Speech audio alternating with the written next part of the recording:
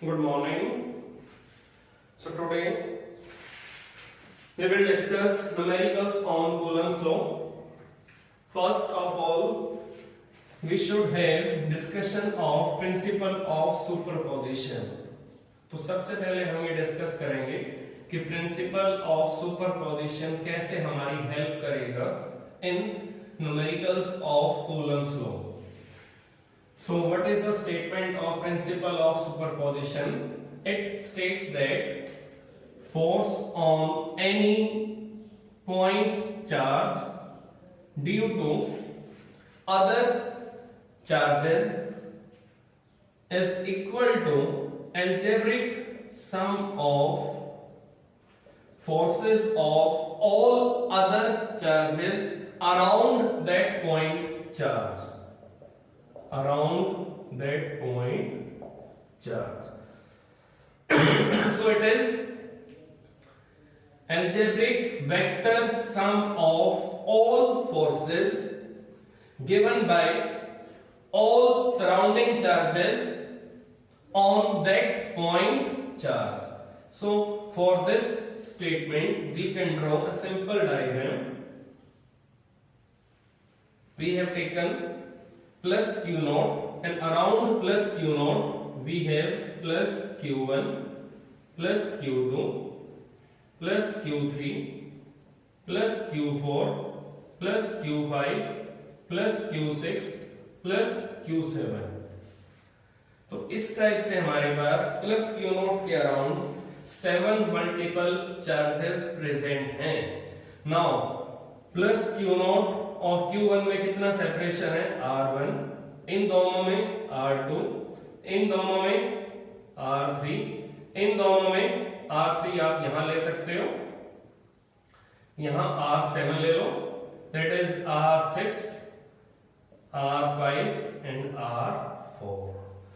तो अब plus Q note पे F1 इधर से आएगा, F2 यहां से आएगा, फिर F3 यहां से आएगा, फिर F4 आपका इधर से आएगा, F5 आपका इधर से आएगा और F6 आपका इधर से आएगा और F7 आपका इधर से आएगा. तो इन सब का सम, इन सब का वेक्टर सम किसके इक्वल होगा? That is net force acting on plus Q not. So net force acting on plus Q naught can be find out by using principle of superposition. But it states that the vector algebraic sum of all forces acting on plus Q naught is equal to net force acting on plus Q naught. So that is about principle of superposition. Now take numerical number 1. Now in one numerical, first numerical, we have given equilateral triangle having plus q plus q plus q charges at three vertex of equilateral triangle. At center we have to find out net force. So this is centroid of equilateral triangle. Now for calculation of net force at centroid we have to assume imaginary charge that is plus q naught. हमें अगर centre पे net force find out करना है तो हमें centre पे ये check करना है कि सेंटर पे कोई फोर्स को फील करने वाला चार्ज प्रेजेंट है या नहीं है. तो टेस्टिंग के लिए हम यहाँ पर क्या रखेंगे? a small magnitude test charge. So that is plus q naught. तो प्लस q naught किसका काम करेगा? टेस्टर का. नॉर्मली हम अपने घरों में लीकेज ऑफ करंट को चेक करने के लिए टेस्टर यूज करते हैं. तो उसी टाइप से यहाँ पर फोर्स को सेंस करने के लिए हम यहाँ पर एक imaginary charge that is tester use करेंगे जिसका मैग्नीट्यूड कैसा होगा? वेरी वेरी स्मॉल, जो स्मॉल से स्मॉल फोर्स को भी सेंस करेगा. It means a plus q not plus q के फोर्स को भी सेंस करेगा इधर से प्लस क्यू लगाएगा तो उसको भी सेंस करेगा, और यहां से अगर प्लस क्यू फोर्स लगाएगा तो उसको भी सेंस करेगा। इसका मीनिंग है प्लस क्यू नॉट इन तीनों चार्जेस के फोर्स को सेंस करेगा। अब चेक करते हैं ये सेंस कैसे करेगा, और यहाँ पर इन तीनों फोर्सेस का वेक्टर सम क्या आएगा, इन तीनों फोर्सेस का अलजेब्रिक सम क्या आएगा। Now plus Q naught, now tell me plus Q जब यहाँ अटैक करेगा तो अटैक कैसा होगा, अटैक आपका रिपल्सिव होगा या अटैक आपका अट्रैक्टिव होगा, प्लस प्लस है तो यहाँ पर अटैक कैसा होगा, रिपल्सिव। यहाँ से भी अटैक कैसा आएगा, रिपल्सिव। यहाँ से भी अटैक कैसा आएगा, रिपल्सिव। कैसे मालूम चला रिपल्सिव आएगा, यहाँ प्लस तो अटैक कैसा होगा, रिपल्सिव होगा, आउटवर्ड होगा। Now this angle is 30, this is 30, again this is 30 and this is 30. Now this is L by 2, L by 2, L by 2, L by 2, L by 2, L by 2. Now this distance from center to corner, that is R, centroid to corner, that is R, again centroid to corner, that is R. अब ये तीनों distance आपके कैसे हैं, equal हैं। Now अगर ये तीनों डिस्टेंस आपके इक्वल हैं तो प्लस क्यू का फोर्स प्लस क्यू नॉट पे कैसा आएगा, वही आएगा जो दूसरे कॉर्नर से आएगा और जो तीसरे कॉर्नर से आएगा। अब चेक करते हैं कि यहाँ वाला फोर्स, ये वाला फोर्स कौन सा है, it is F1 and it is F2 and it is F3। अब चेक करते हैं F1 की value, F1 K Q not upon R square, F2 K Q not upon R square, F3 K Q not upon R square. Now F3 आपका vertically downward है, लेकिन F1 F2 आपके not proper x है, not proper y है। F1 ना तो proper x के along है, ना प्रॉपर y के अलोंग है। अब F1 के दो कंपोनेंट होंगे, one is horizontal and second is vertical. अब F1 के दो कंपोनेंट कौन कौन से होंगे चेक कर लेते हैं। F1 का एक कंपोनेंट इधर होगा, that is horizontal component.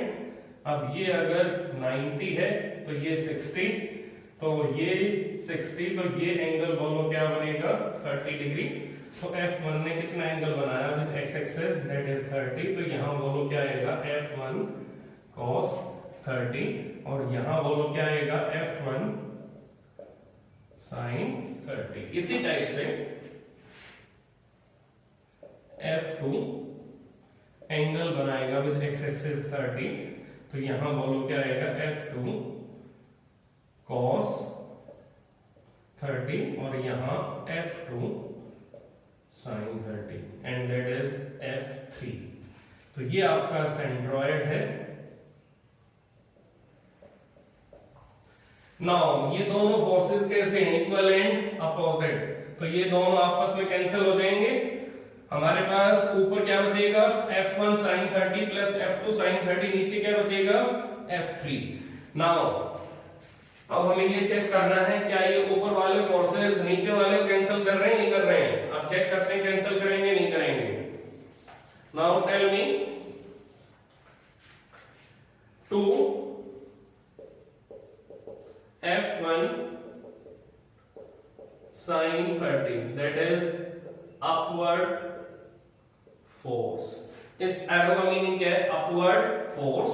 2 F1 sin 30, 2 F1 कैसे हो गया, because F1 is equal to F2। F1 और F2 अगर दोनों इक्वल हैं तो ये हो जाएगा 2 F1 sin 30। Now downward force, that is F3। now tell me value of F3, K Q naught upon R square।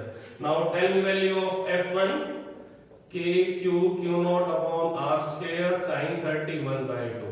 now check upward force की value और डाउनवर्ड फोर्स की वैल्यू सेम आ रही है, तो अगर ये दोनों फोर्स आपके इक्वल एंड अपोजिट हैं तो ये दोनों आपस में कैंसिल हो जाएंगे। तो नेट फोर्स का आंसर बोलो क्या आएगा, net force is equal to 2f1 sin 30 minus f3 and that is k q naught upon r square minus k q naught upon r square and that is 0. अब ये value आपकी 0 आ चुकी है. Now note down this concept of cancellation of force at centroid. तो आप इसको note कर सकते हो. अगर आपको कहीं कोई प्रॉब्लम हो तो आप डाउट पूछ सकते हो वैसे. Now you can simply note down how we cancel all forces at centroid. Now we can take next numerical. In next numerical we have 4 corners of a sphere. In next numerical we have 4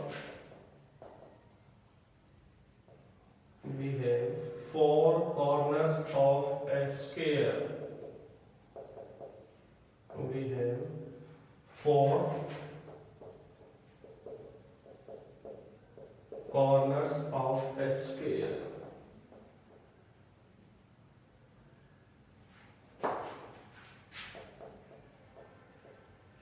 हमने ये square लिया है जिसकी चारों sides equal हैं और हमें given है 4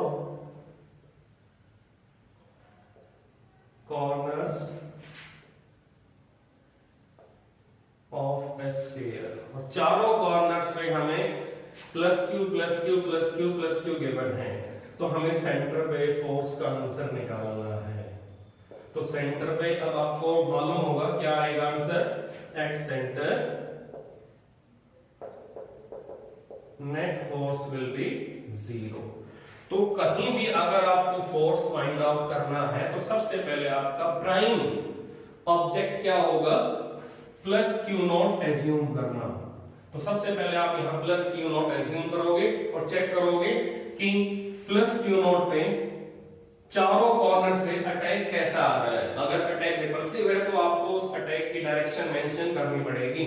प्लस क्यू नॉट तो ये अटैक कैसे करेगा. रिपल्सिव. प्लस क्यू नॉट ये अटैक कैसे करेगा. रिपल्सिव. ऐसे प्लस क्यू नॉट इसका अटैक कैसा होगा. रिपल्सिव. प्लस क्यू नॉट इसका अटैक कैसा होगा. रिपल्सिव. और ये वाला अटैक इससे कैंसिल हो जाएगा. ये वाला अटैक इससे कैंसिल हो जाएगा. तो नेट फोर्स का आंसर क्या आएगा. 0. Same technique can be applied in rectangle. तो rectangle में भी यही सेम टेक्निक चलेगी. In rectangle plus q plus q plus q plus q. Now at center plus q naught repulsive repulsive repulsive repulsive. Again at center net force will be 0. तो net force की value rectangle वाले case में भी same आएगी, square वाले case में भी same आएगी, ट्रायंगल वाले केस में भी सेम आएगी. अब चेक करते हैं स्फीयर में क्या होगा. In case of sphere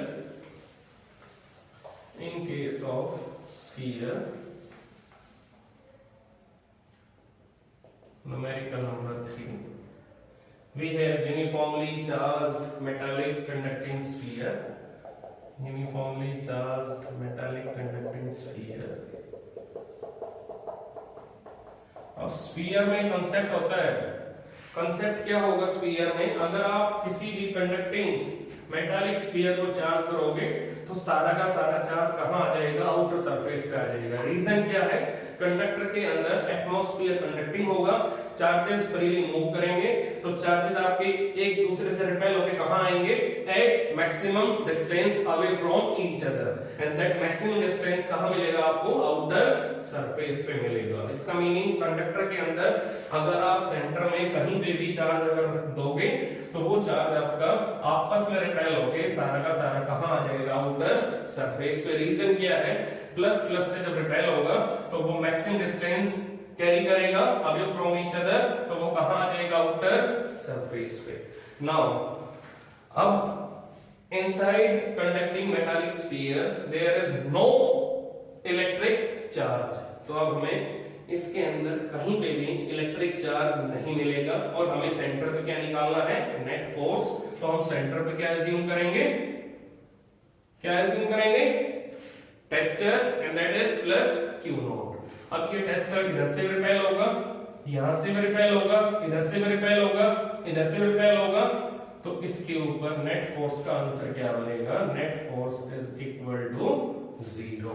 net force is equal to 0। तो नेट फोर्स आपका solid metallic conducting charge sphere में भी 0 आएगा और ये नेट फोर्स आपका 0 होलो मेटालिक कंडक्टिंग चार्ज स्फीयर में 0 आएगा। So it is applicable for solid as well as hollow metallic charged conducting sphere। तो इस टाइप से ये hollow charged conducting sphere में भी लगेगा और solid conducting charged metallic sphere में भी लगेगा। नाउ तो अगर हम किसी ऑब्जेक्ट को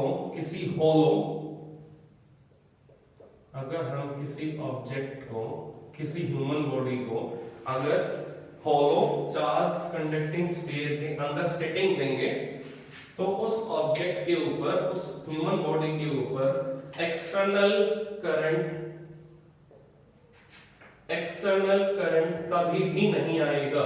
इसका मीनिंग हम किसी मेटालिक होलो चार्ज कंडक्टिंग स्फीयर के अंदर अगर हम बैठेंगे तो हमें कभी भी इलेक्ट्रिक शॉक नहीं लगेगा। रीजन क्या है कि सारा का सारा चार्ज कहां रहेगा, आउटर सरफेस पे।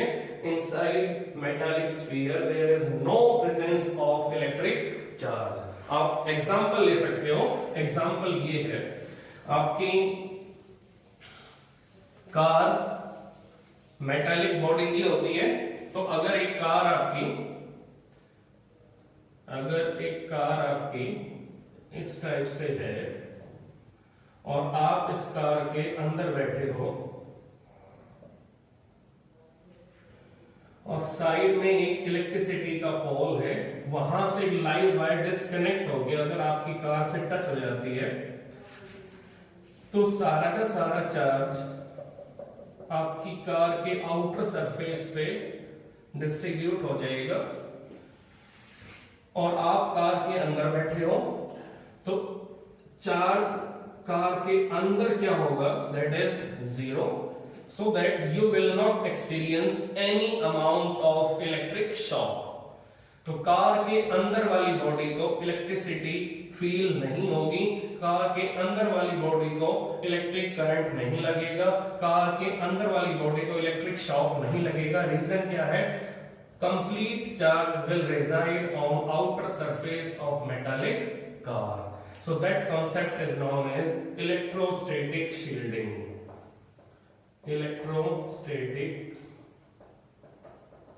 शील्डिंग, इसका मीनिंग मेटालिक कार ने आपकी बॉडी को शील्ड कर लिया है और शील्डिंग की वजह से आपको आउटर एटमॉस्फेयर का इलेक्ट्रिसिटी वाला जो इफेक्ट है वो फील नहीं होगा। So that is about electrostatic shielding.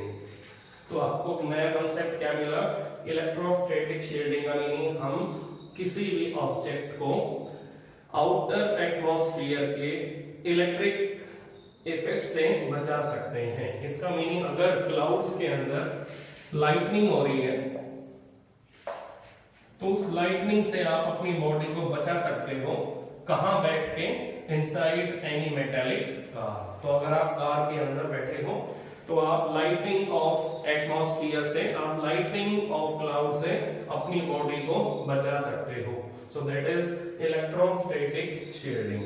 तो कई बार ये क्वेश्चन आता है कि अगर क्लाउड्स में लाइटनिंग प्रोड्यूस हो चुकी है और अगर आप मार्केट के अंदर हो, कहीं आप बाहर घूम रहे हो, तो आपके लिए सेफेस्ट प्लेस क्या होगा, तो आप क्या बोलोगे, that is inside any metallic body.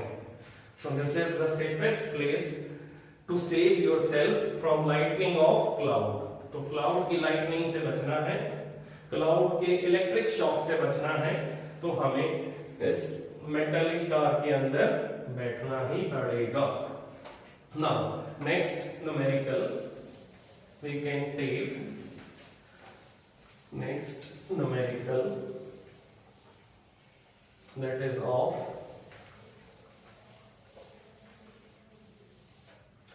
now in next numerical, a charged conducting solid sphere is suspended from insulating thread.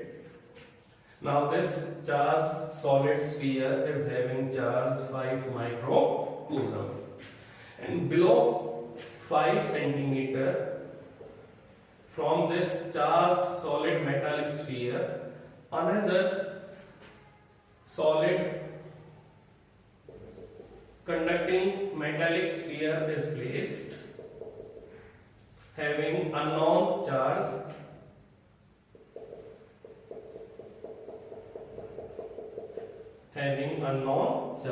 Now what we have to find out, पहले starting सब statement soon low. A solid charged conducting sphere is suspended through insulating thread of length L. Now below 5 centimeter from this charged solid conducting sphere, another unknown charged metallic sphere is placed. Now what charge we have to give to another metallic sphere so that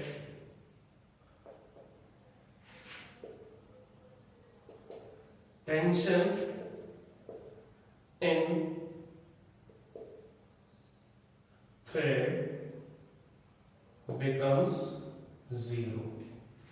So that tension in thread becomes zero. Question क्या है? What charge we have to give to another metallic sphere so that tension in thread becomes zero? हमें number 1 metallic sphere का, number 1 suspended metallic sphere का मास भी given है. मास है 5 ग्राम. तो question ये है कि what charge we have to give to another metallic sphere so that tension in thread becomes zero. तो हमें नंबर 2 मेटालिक स्फीयर में चार्ज की वैल्यू फाइंड आउट करनी है so that tension becomes zero in insulating thread. Insulating thread में tension की value zero हो जाएगी. So we have given mass of suspended sphere, that is 5 gram. We have given charge on suspended sphere, that is 5 microcoulomb, and we have not given charge on another sphere that is placed on earth, and we have to find out charge on second sphere. Now check. Weight of suspended sphere is mg और इस पे charge की value क्या है 5 microcoulomb. Now tension T. अब अगर ये sphere आपका सस्पेंडेड है तो ये रेस्ट पे है, इक्विलिब्रियम में है, तो टेंशन किसके इक्वल होगा? वेट के इक्वल होगा, क्योंकि स्फीयर का वेट कहां है? डाउनवर्ड है, और स्फीयर के वेट को किसने बैलेंस किया है? Tension in thread. तो ये दोनों फोर्सेस कैसे हैं? Equal and opposite. अब अगर हमें टेंशन को जीरो करना है तो हमें mg को इलेक्ट्रोस्टैटिक फोर्स से बैलेंस करना पड़ेगा. तो टेंशन को कंपनसेट करने के लिए हमें यहां पर इलेक्ट्रोस्टैटिक फोर्स बनाना पड़ेगा. अब इलेक्ट्रोस्टैटिक फोर्स के लिए हमारे पास सेपरेशन कितना है? 5 सेंटीमीटर, और हमें चार्ज यहां पर फाइंड आउट करना है. नाउ टेल मी, अब ये चार्ज आपका किस साइन कन्वेंशन को कैरी करेगा? अगर ये पॉजिटिव है तो ये भी पॉजिटिव है 5 माइक्रोकूलम। नाउ टेल मी, अब ये पॉजिटिव इस पे अटैक करेगा, अब इसका अटैक कैसा होगा, रिपल्सिव होगा, रिएक्टिव होगा? रिपल्सिव होगा, तो इलेक्ट्रोस्टैटिक फोर्स कहां आएगा, वर्टिकली अपवर्ड। और टेंशन भी कहां पर है, वर्टिकली अपवर्ड है, तो अब टेंशन का रोल कौन प्ले करेगा, that is electrostatic force. Now tension equal to electrostatic force and that is equal to mg। तो अगर आपको टेंशन को जीरो करना है तो आपको इलेक्ट्रोस्टैटिक फोर्स यहां पर किसके इक्वल बनाना पड़ेगा, that is equal to mg। Now tension को अगर जीरो करना है तो F किसके इक्वल होगा, F equal to mg। Now F equal to mg। Now tell me value of F, that is K, Q1, Q2 upon R square, that is equal to mg। Now A, value of A 9 into 10 power 9 into Q1 5 microcoulomb, micro को change करेंगे coulomb में, into Q2 that is unknown charge Q upon R square that is 5 into 10 power minus 2 square and that is equal to mass 5 gram. इसको भी change करेंगे KG में, gravity 10। तो अब हमारे पास ये इक्वेशन आ चुकी है, हमने सेंटीमीटर को मीटर में चेंज कर दिया, हमने ग्राम को केजी में चेंज कर दिया है, हमने माइक्रोकूलम को कूलम में चेंज कर दिया। यहां से हम क्या निकाल लेंगे, Q की वैल्यू।